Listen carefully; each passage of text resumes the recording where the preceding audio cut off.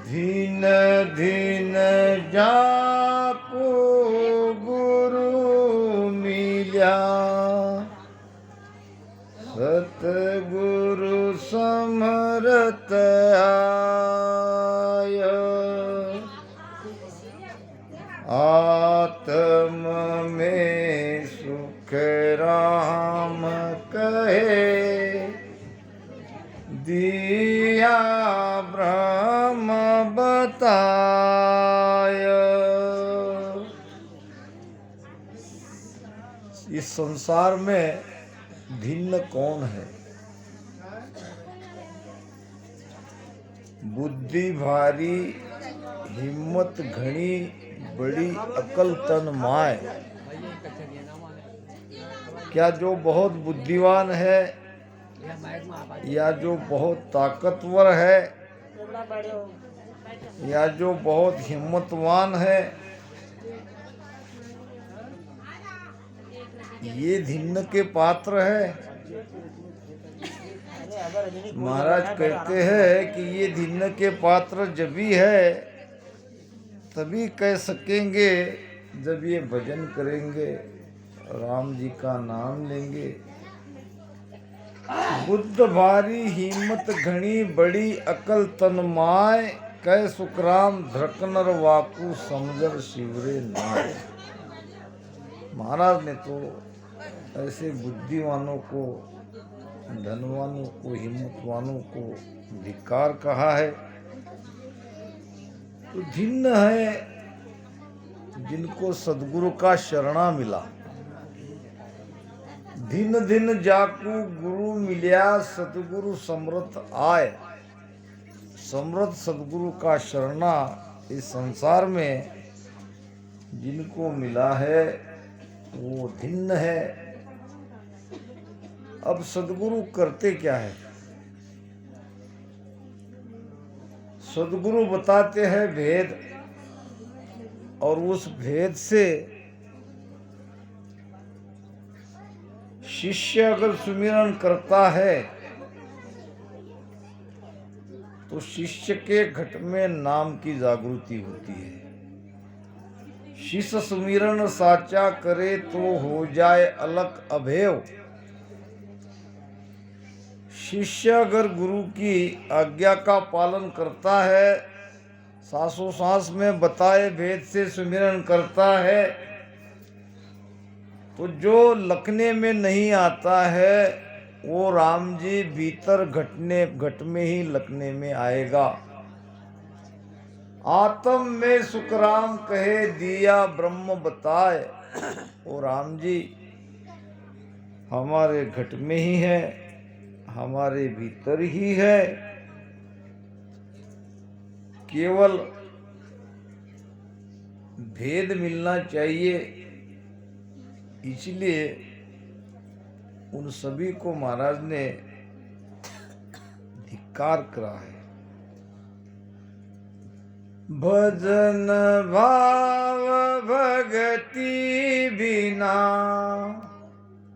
धृक धृक क्या नर नार। सब परले का जीव है, सुख देव कहे विचार। सदगुरु सुखराम जी महाराज विचार करके ये ज्ञान हमें दे रहे हैं कि भजन नहीं है, कोई भक्ति नहीं है, परमात्मा के प्रति किसी का भाव नहीं है, चाहे वो स्त्री हो चाहे वो पुरुष हो, सब परलय का जीव है, सुखदेव कहे विचार। प्रलय कहते हैं मृत्यु आना। भजन करने वाले और भजन भक्ति न करने वाले सभी मरेंगे। वैसे तो जन्म लेने वाले सभी मरेंगे, कहीं कहीं पूछा जाता है, हम तो ठीक है भजन भक्ति नहीं कर रहे हैं, हम तो मरेंगे, मगर आप लोग ही तो हमें मरते हुए दिख रहे हो, फिर आप में हमारे में क्या फर्क? आप भी भजन भक्ति करते, राम राम करते करते आप भी मरते हो। आपकी भी उतनी आयु है, हमारी भी उतनी आयु है, फिर भजन करके भक्ति करके क्या लाभ?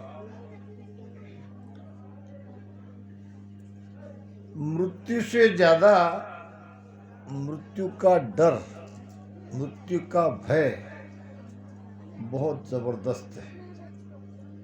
मृत्यु तो एक पल में आएगी, मगर जिंदगी भर एक मौत की छाया में जीते हैं। और हमारा रामसनी ये काल को जीतता है, ये मौत को जीतता है। कैसे? क्योंकि ये सत्संग में उन्हें ये बताया जाता है तो मृत्यु किसकी होती है? मृत्यु शरीर की होती है, हम शरीर नहीं है, हम आत्मा है, भीतर में ये आत्मा ही परमात्मा है। जब हम अपने स्वरूप को जान लेते हैं, स्वरूप की पहचान कर लेते हैं और हमारे आत्मा में जाके मिल जाते हैं, तब मृत्यु का भय नहीं रहता, न मृत्यु का पता चलता। सहज ध्यान अवस्था में रहते रहते प्राणों को त्याग देते हैं। जगत के मृत्यु में और संत के मृत्यु में अंतर है। संसार में जब किसी की मृत्यु होती है तो उसके प्राण शरीर से बाहर निकाल दिए जाते हैं 9 द्वार में से। और संत की मृत्यु होती है स्वेच्छा से, क्योंकि शरीर तो एक दिन त्यागना ही है, शरीर को तो छोड़ना ही है। तो सद्गुरु आत्मा में ही परमात्मा को लखाते हैं। झूठे गुरु सुलागा रहे, ताको फीट धिकार, सतगुरु को सुख राम कहे, समझर तजे गिवार। गिवार नाम अज्ञानी। कई लोग ऐसे हैं, भक्ति तो करते हैं मगर सद्गुरु की पारख नहीं करते। जो सद्गुरु नहीं है, ऐसे गुरु के शरण में, गुरु के सानिध्य में रहते हैं। महाराज कहते हैं कि आप भक्ति क्यों कर रहे हो, पहले निर्णय करना चाहिए। जिस गुरु के हम शरण में गए हैं वो गुरु हमें कहाँ तक ले जाएगा, ये ज्ञान से पहले समझना चाहिए और फिर शरण में जाना चाहिए। तो कन फूका गुरु हद का भावे सोकर आए, और सदगुरु बिन सुखराम कहे कारज सरे न काय। ये कान फूकने वाले गुरु दिन में 100 करो, हमारा कारज पूरा होने वाला नहीं है। काना माई कुर, तुम चेला मैं गुर, टक्का पैसा धर, डूब चाहे मर। ऐसे गुरु से काम होने वाला नहीं है। महाराज कहते हैं, गुरु को कीजे दंडवत,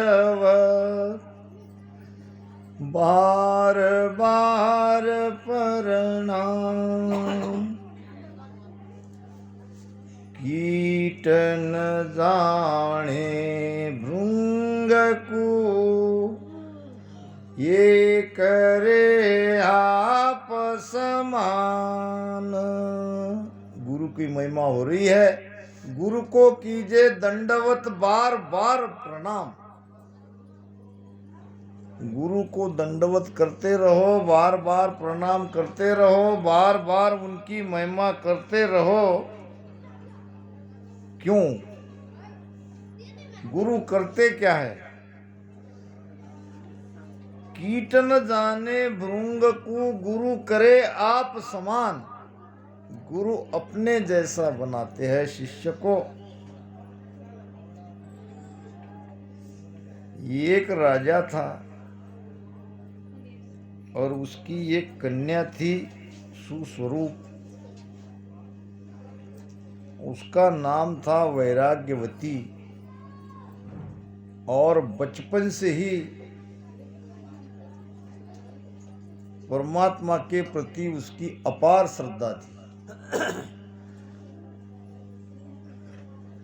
पिता ने अपनी बेटी के लिए अच्छे अच्छे स्थान, अच्छे अच्छे राजकुमार से शादी करने की इच्छा व्यक्त करी। बेटी ने मना कर दिया कि पिताजी मुझे शादी करनी नहीं है, मुझे तो परमात्मा का नाम लेना है। तो उसका ये हाल देख के राजा को भी लगा कि ये तो अब शादी नहीं कर सकती। तो उसके लिए एक अलग भवन बना दिया और वहाँ एक मंदिर के जैसा भवन में वहीं वो रहने लगी।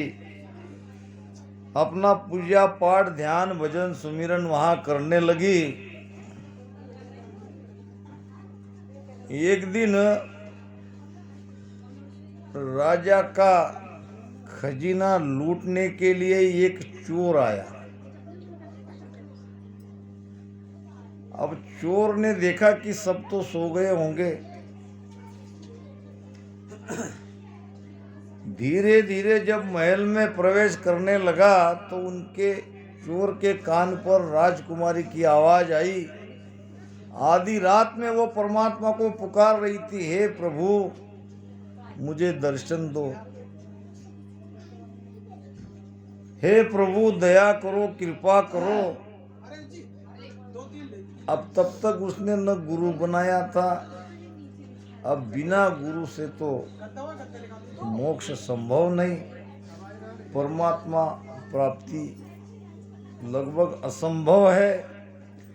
अब ये तो विचारी भाव में परमात्मा को पुकार रही थी। चोर ने देखा कि महल में कोई जागा हुआ है। जब ध्यान से कान लगा के सुना, आंखों में आंसू लिए एक सुंदर युवती आधी रात में परमात्मा को पुकार रही थी। उसको लगा कि अब राजा का खजीना लूटना बेकार है, क्योंकि ये तो यहाँ अभी जगी है। तो क्यों नहीं इस राजकुमारी को ही लूट ले। तुरंत जाके उसने संत का भेष बनाया, भेषधारी संत बन गया चोर,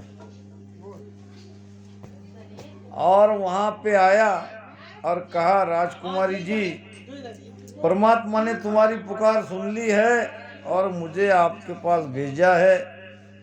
मुझसे गुरु मंत्र लो और परमात्मा की प्राप्ति करो। राजकुमारी ने परमात्मा का बहुत बहुत धन्यवाद माना और कहा, गुरुदेव मुझे अपनी शरण में लो, मुझे गुरु मंत्र दो और मुझे परमात्मा में मिला दो, मेरा जीना सफल हो जाए।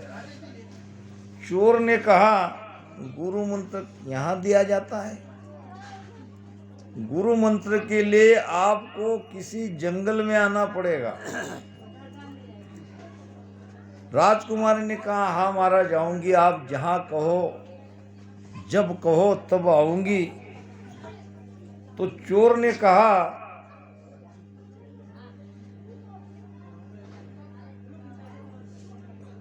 आप राजकुमारी हो, जितना भी धन सोना चांदी हीरे मोती जो भी जितना उठा के ला सकती हो उतनी एक गठरी